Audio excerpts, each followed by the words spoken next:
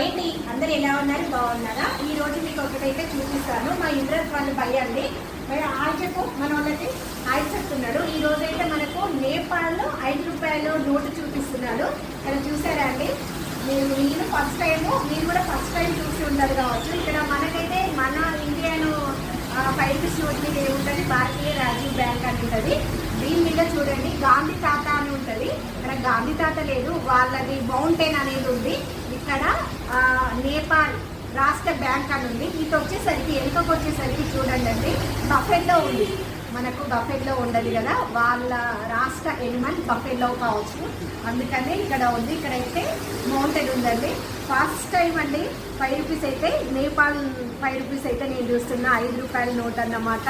ఇక్కడ చూడండి, నేపాల్లో 5 రూపీస్ ఇలా రాస్తారు, మన ఇంగ్లీష్లో ఇలా రాస్తారు కదా.